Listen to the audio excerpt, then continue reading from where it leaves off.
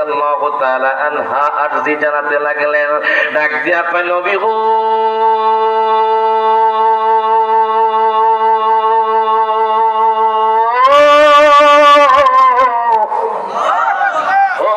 নবীজি, ইয়া রাসূলুল্লাহ, ইয়া হাবিবাল্লাহ, নবী গো, আমার আল্লাহ সুবহানাহু ওয়া তাআলা কোরআনুল কারীমে ঘোষণা করে দিচ্ছেন, আমার ভাই তো আপনাদেরকে নিয়ে একটু তরিকতের জিকির করেছে, আমি একটু নবীর মহব্বতের আলোচনা করে যাই। কেন রে আমরা নবীকে এত মহব্বত করি? কেন রে আমরা দয়াল নবীকে ভালোবাসবো? আমার আল্লাহ সুবহানাহু ওয়া তাআলা কোরআনুল কারীমে ঘোষণা করে দিচ্ছেন, ওয়াল্লাযীনা আমানু ওয়া আমিলুস সালিহাতি ফি রাওদাতিল জান্নাত। আল্লাহ কয় বান্দারে,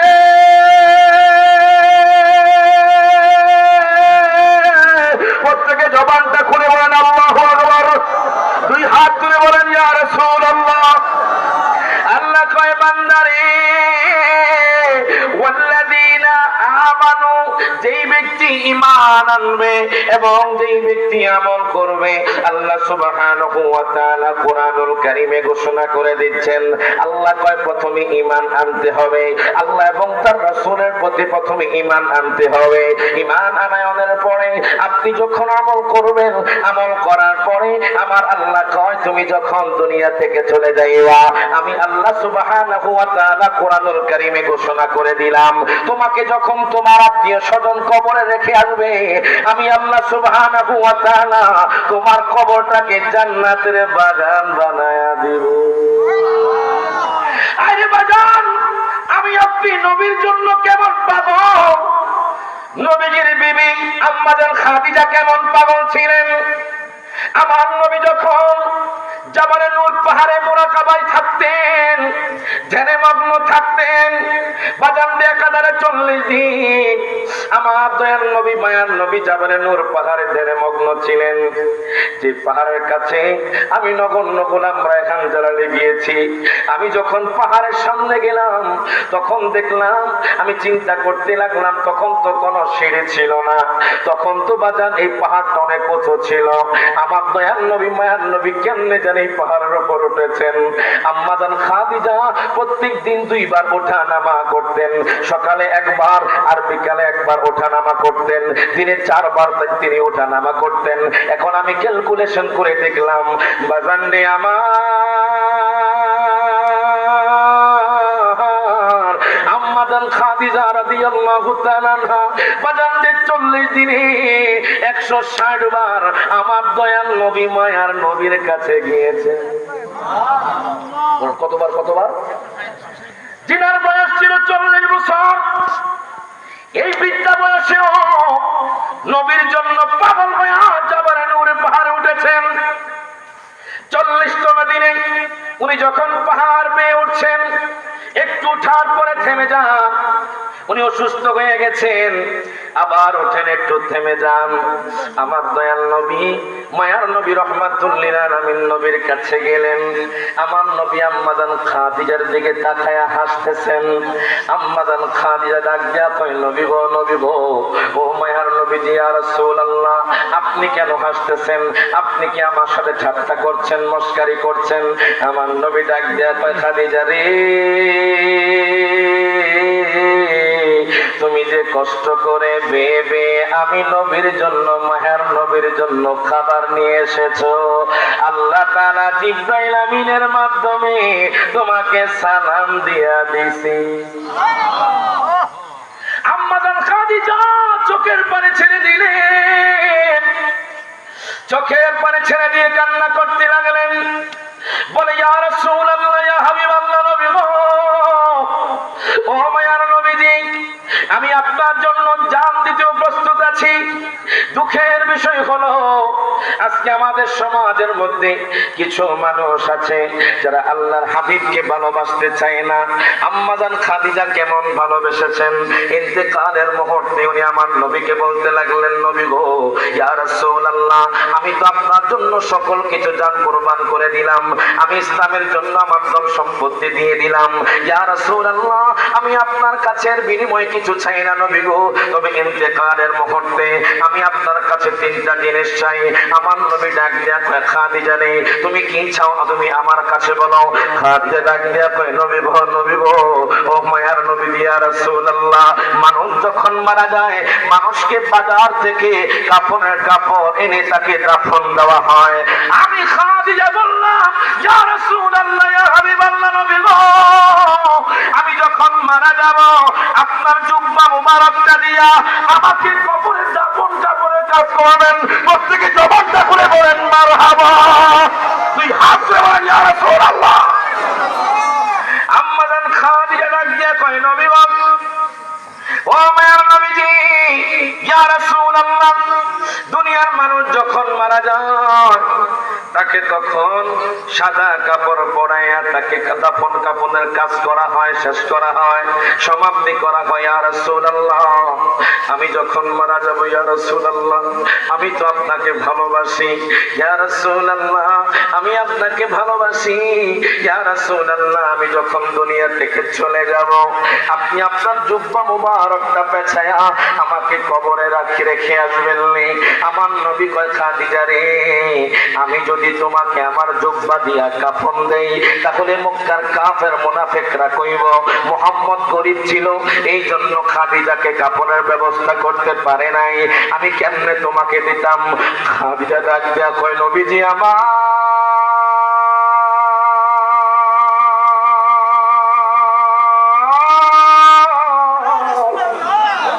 ইয়া রাসূলুল্লাহ ইয়া হাবিবাল্লাহ নবী গো, আমি চাই আপনার জুব্বা মুবারক দিয়ে আমাকে কবরে দিয়ে আসবেন।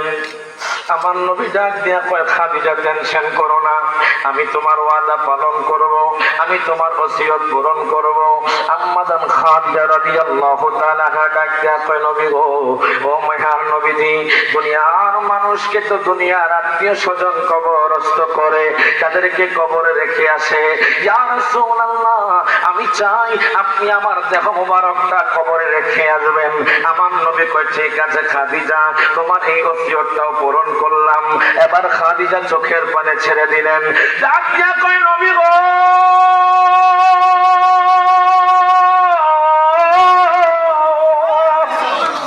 ও মায়ার নবীজি ইয়া রাসূলুল্লাহ ইয়া হাবিবাল্লাহ নবী গো, আমি যখন দুনিয়া থেকে চলে যাব ইয়া রাসূলুল্লাহ আপনি যখন আমাকে কবর দিয়ে আসবেন ওই কবরে তো প্রশ্ন হবে, মুনকার নাকির আসবে এসে আমাকে প্রশ্ন করবে। ইয়া রাসূলুল্লাহ আমি চাই আপনি আমার প্রশ্নের উত্তরে দিয়ে দিবেন। আমার নবী চুপ করে রইলেন। আমার নবী কয় ঠিক আছে খাদিজা তোমার এই ওসিয়তটাও পূরণ করা হবে। আম্মা জান খাদিজা দুনিয়া থেকে চলে গেলেন। এবার আমার দেখান নবী কবরস্থ করলেন। কবরস্থ করার পরে আমার নবীজি আম্মা জান খাদিজার কবরের পাশে লাঠি নিয়ে দাঁড়িয়ে আছেন। আমার নবী চোখের পানি ছেড়ে দিয়ে কাঁদছেন। আল্লাহ কয় জিবরাইল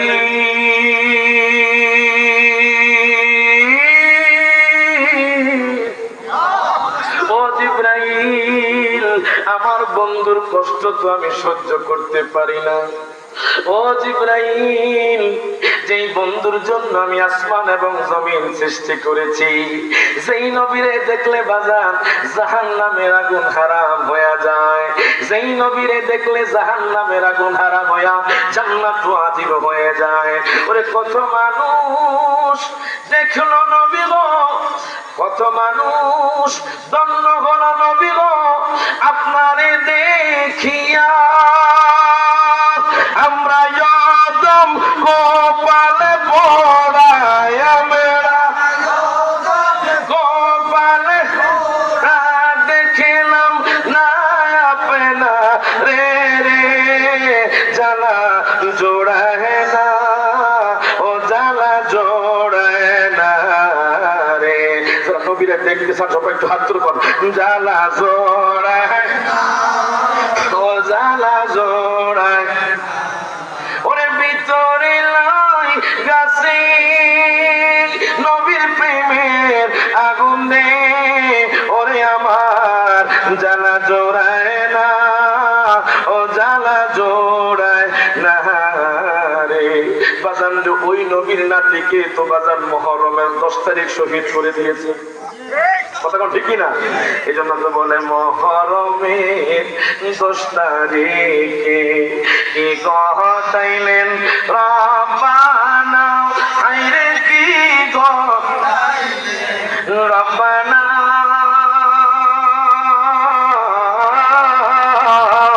কলিজা ফাটিয়া যায় গো শুনিলে সে ঘটনা। আল্লাহু আকবার, আল্লাহু আকবার। সবাই একটু মহব্বতের হাত তুলে কর না। মহরমের 10 তারিখে কি ঘটাইলেন রব্বানা, হায়রে কি ঘটাইলেন রব্বানা,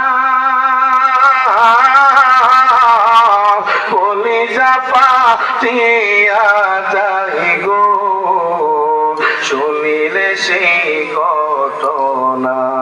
হাসান শহীদ জহরেতে, হোসেন শহীদ কারবালায়, হায়রে হোসেন শহীদ কারবালায়, জয়নাল আব্দিন বন্দি গো হইল এ জিদের জেলখানায়। ওরে জোজে না কইরে গিয়া, ইমাম হোসাইনের ঘোড়ার নাম ধুমধুম নয়, জোজে না কিতাবের মধ্যে পেয়েছি। ওরে জোজে না কইরে গিয়া, মাই যেন মন কান্দে না, হায়রে মাই যেন কান্দে না, তোমার হোসেন যাই গৌরনে, একবারে সে দেখো না। সবাই একটু হাত তুলা ইমাম হোসেনকে দেখায় দেন। মহরমের চন্দ্র দিনে কি ঘটাইলেন রব্বানা, হায়রে কি রব্বানা, কলিজা ফাটিয়া যায় গো শুনিলে সেই ঘটনা। ওরে ময়ূরনা ময়ূরনা রে জয়নাল, তুমি জয়নাল ময়ূরনা, হায়রে তুমি ময়ূরনা, তুমি জয়নাল মারা গেলে নবীর বংশ থাকবে না। কতক্ষণ ঠিক না? এখন দেখেন বাজান, আম্মাজান খাদিজা রাদিয়াল্লাহু তাআলা নাকি আমার নবী কবরস্থ করে আসলেন। আমার দয়ার নবী লাঠি মোবারক নিয়ে বসা। আল্লাহ কয় জিবরাইল,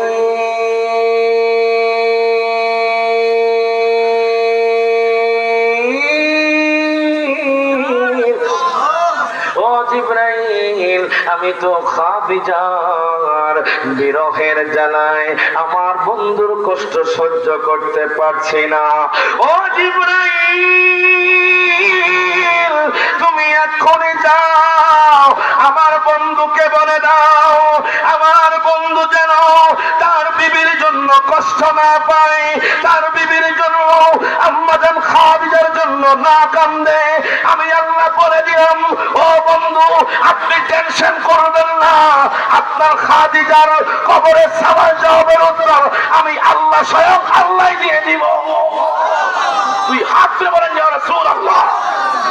এই জন্য বলে ইন্তেকালের পরে বেদাবি করেন খাদিজা, ওরে বাজারের কাফনের কাপড় দিবেন না আমায়। মারহাবা কর, মারহাবা কর। ইন্তেকালের পরে বেদাবি করেন খাদিজা, ওরে বাজারের কাফনের কাপড় দিবেন না আমায়। বলেন জুব্বা মুবারক কাফনে দিবেন আমারও দাবি, বলেন জুব্বা মুবারক কাফনে দিবেন আমারও দাবি। যে চিনেছে সে পেয়েছে নূরের নবী। কথা কন ঠিক কিনা, ঠিক কিনা? আমরা সেই নবীকে ভালোবাসতে চাই কি চাই না? সকল হাত তুলে কর, নবীদের নবী আমাদের নবী, বলেন নবীদের আমাদের নবী। ভালোবাসেন যাহাকে জাহানের সবই, বলেন ভালোবাসেন যাহাকে তো সেই মা খাদিজার নাতি হলো ইমাম হাসান এবং হোসেন। ইমাম হোসেন রাদিয়াল্লাহু তাআলা, এই কথা বলে আমি শেষ করে দিব। হযরত ইবনে আব্বাস থেকে হাদিস খানা বর্ণিত, ফারুক আজম যখন অর্ধ পৃথিবীর শাসক ছিলেন, খলিফা ছিলেন, উনি যখন মাদায়েন বিজয় করলেন, উনি গনিমতের মাল আনলেন। জোরে কোন মারহাবা। এবার দেখেন ফারুক আজম রাদিয়াল্লাহু তাআলা গনিমতের মাল নিয়ে যখন মদিনা শরীফ আসলেন, ইমাম হাসান রাদিয়াল্লাহু তাআলা ওনার কাছে গেলেন, ডাক দিয়া কয়, হুজুর গো,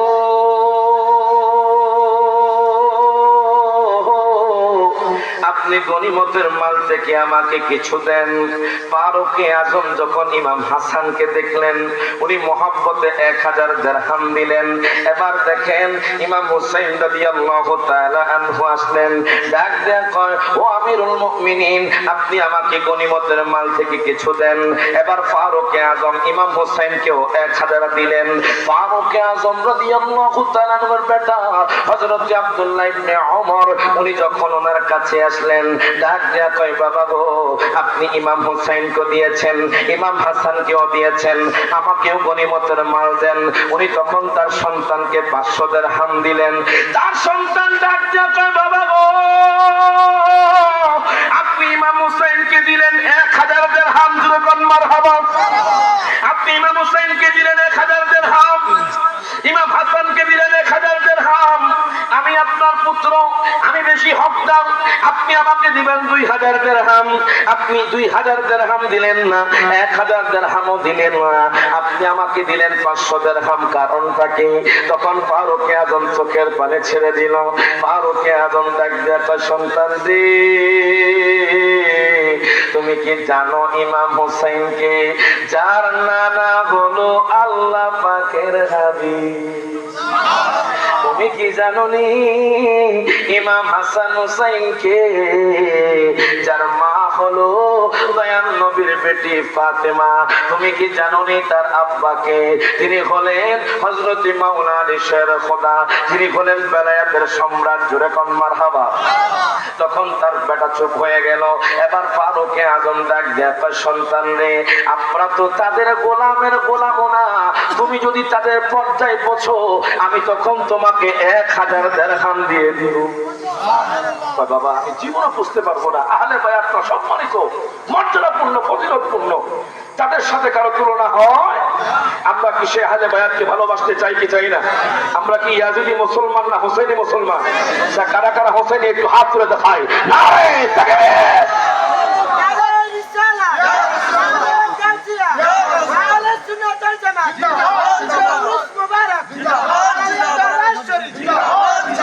এই জন্য বলে বাজার, ইমাম হাসান হোসেন কেডা? কারবালাতে হোসেন শহীদ, নবীজি জাহার নানা, নবীজি ওরে এজিদের প্রশংসা করলে, এজিদের প্রশংসা করলে ইমান থাকতে পারে না। ডান হাত তুলে কোন ঠিক না বেঠে? আমাদের দেশের মধ্যে একদল আছে যারা ইয়াজিদকে রহমতুল্লাহ আলাইহি বলে। আসেনি আসেনি আসেনি, মাশাআল্লাহ। তারা ইয়াজিদকে রহমতুল্লাহ আলাইহি বানাতে চায়। যারা বানাতে চায় এরা কখনো মুসলমান নয়, এরা হলো ইয়াজিদের দোসর। ডান হাত তুলে কোন ঠিক না বেঠে? এইজন্য আমরা বলি, সবাই একটু হাত তুলে কোন, কারবালাতে হোসেন শহীদ, নবীজি জাহার নানা, নবীজি জাহার নানা। এজিদের প্রশংসা করলে, এজিদের প্রশংসা করলে ইমান থাকতে পারে না। যাদের নামে মসজিদ বানায়, যাদের নাম পড়ে মাদ্রাসায়, কথা কোন ঠিক না? ওরে যাদের নামে মসজিদ বানায়, যাদের নাম পড়ে মাদ্রাসায়, ইমামে পড়ে জুমার খুতবায়, ইমামে পড়ে জুমার খুতবায়, মুনাফিকরা দেখে না। সব হাত তুলে, কারবালাতে হোসেন শহীদ, নবীজি জাহার নানা, ওরে নবীজি জাহার নানা। এজিদের প্রশংসা করলে, এজিদের প্রশংসা করলে ইমান থাকতে পারে না। মা খাদিজা যাদের নানি ছিল মায়ে বড় ধনী, শুনে কোন মারহাবা। ওরে মা খাদিজা যাদের নানি ছিল মায়ে বড় ধনী জাবালে নূরে যেতেন তিনি, জাবালে নূরে যেতেন তিনি, নবীকে খাওয়াইতে খানা। সব হাত তুলে কারবালাতে, দুই হাত তুলে কারবালাতে হোসেন শহীদ নবীজি যা, ওরে নবীজি যা আর নানা, এজিদের প্রশংসা করলে ইমান থাকতে পারে না। কথা কথা ঠিক কিনা? এই দেহে যতক্ষণ পর্যন্ত রক্ত আছে আমরা নবীর আহলে বায়াতকে ভালোবেসেই যাব। কথা কথা ঠিক কিনা? একটা আমল বলে যাই, 10 মুহররম কি করবেন? সামনে তো 10 মুহররম আসতেছে, ওই রাতে 4 রাকাত নামাজ পড়বেন। কয় রাকাত? হযরতে আব্দুল কাদের জিলানী আল গিলানী আল হাসানী ওয়াল হুসাইনী রাহমাতুল্লাহি আলাইহি, বড় পীর আব্দুল কাদের জিলানী, উনি ওনার কিতাবের মধ্যে লিখছেন, বুনিয়াতুত তালিবিন কিতাবের মধ্যে লিখছেন, যেই ব্যক্তি 10 মুহররম রাতে 4 রাকাত নামাজ পড়বে, প্রত্যেক রাকাতে সূরা ফাতিহা একবার, ইখলাস 50 বার, প্রত্যেক রাকাতে সূরা ফাতিহা একবার, ইখলাস 50 বার, 4 রাকাত যেই ব্যক্তি নামাজ পড়বে তার বিগত এবং আগত 50 বছরের গুনাহ মাফ করে দিবেন। এই একটা আমল দিলেন। 2 নাম্বার, পারলে পয়লা মুহররম থেকে 10 মুহররম পর্যন্ত রোজা রাখবেন ইনশাআল্লাহ। যদি নাও পারেন কমপক্ষে 2টা, বলেন কয়টা? 2টা রাখবেন। কারণ কি? ইয়াহুদিরা একটা রোজা রাখে, তো খালিফুল ইয়াহুদা ওয়ান নাসারা, তোমরা ইয়াহুদি এবং নাসারাদের বিপরীত করো। কথা কোন ঠিক কিনা? যে ইয়াহুদিরা নাসারা আজকে আমাদের মুসলমানদেরকে ধ্বংস করে দিচ্ছে। কথা কোন ঠিক কিনা? ফিলিস্তিনি মুসলমানদের উপর নির্যাতন করছে, ঠিক কিনা? তো আল্লাহর হাবিব বলে তোমরা তাদের বিপরীত করো। তো আমরা কমপক্ষে 2টা রোজা, বলেন কয়টা? 2টা রোজা রাখবো ইনশাআল্লাহ। আমার জন্য দোয়া করবেন। আমি আর দীর্ঘায়িত করছি না, আমি দরবারে আসি শুধু দোয়া নেওয়ার জন্য। এখান থেকে ব্যাটারি চার্জ দিয়ে সারা বাংলাদেশে আলোচনা করা যাবে। কথা কোন ঠিক কিনা? এটা তো একটা আপনার নেটওয়ার্কের জায়গা, নেটওয়ার্কের জায়গা, চার্জ দেওয়ার জায়গা। আপনি নিতে পারছেন না, এই জন্য আপনার অন্তর প্রশান্তি পাচ্ছে না। কথা ঠিক কিনা? যখন নিবেন তখন দেখবেন আপনার অন্তরের মধ্যে প্রশান্তি এসে যাবে, ব্যাটারি চার্জ হয়ে যাবে। এই চার্জের জন্য লাগবে আদব। কথা ঠিক কিনা? একটু আদব নিয়ে চলবেন। এখন আপনাদের সামনে আলোচনা করবেন এই দরবারের একনিষ্ঠ খাদেম। আমার নানা খুব মহব্বত করতেন ওনাকে, ওনার মুখ থেকে অনেক কথা শুনতে পারবেন। হযরত মাওলানা সুলাইমান জালালী আল কাদেরী, জোরে পান মারহাবা।